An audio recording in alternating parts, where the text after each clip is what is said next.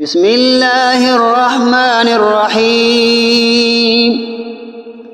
طه ما أنزلنا عليك القرآن لتشقى إلا تذكرة لمن يخشى تنزيلا ممن خلق الأرض والسماوات العلى الرحمن على العرش استوى له ما في السماوات وما في الأرض وما بينهما وما تحت الثرى وإن تجهر بالقول فإنه يعلم السر وأخفى الله لا إله إلا هو له الأسماء الحسنى وهل أتاك حديث موسى إذ رأى نارا فقال لأهلهم كثوا إني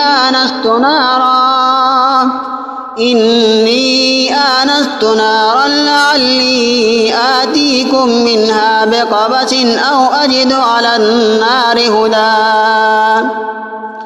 فلما أتاها نودي يا موسى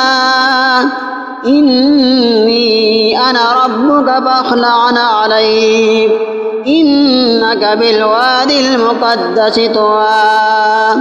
وأنا اخترتك فاستمع لما يوحى إنني أنا الله لا إله إلا أنا فاعبدني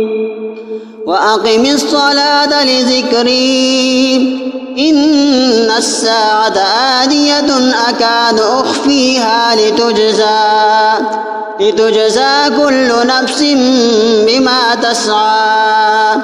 فلا يصدنك عنها من لا يؤمن بها واتبع هواه فتردى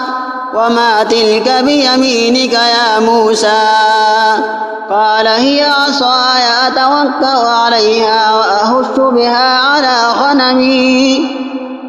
على غنمي ولي فيها مآرب أخرى قال ألقها يا موسى فألقاها فإذا هي حية تسعى قال خذها ولا تخف سنعيدها سيرتها الأولى واضمم يدك إلى جناحك تخرج بيضاء من غير سوء آية أخرى لنريك من آياتنا الكبرى اذهب إلى فرعون إنه طغى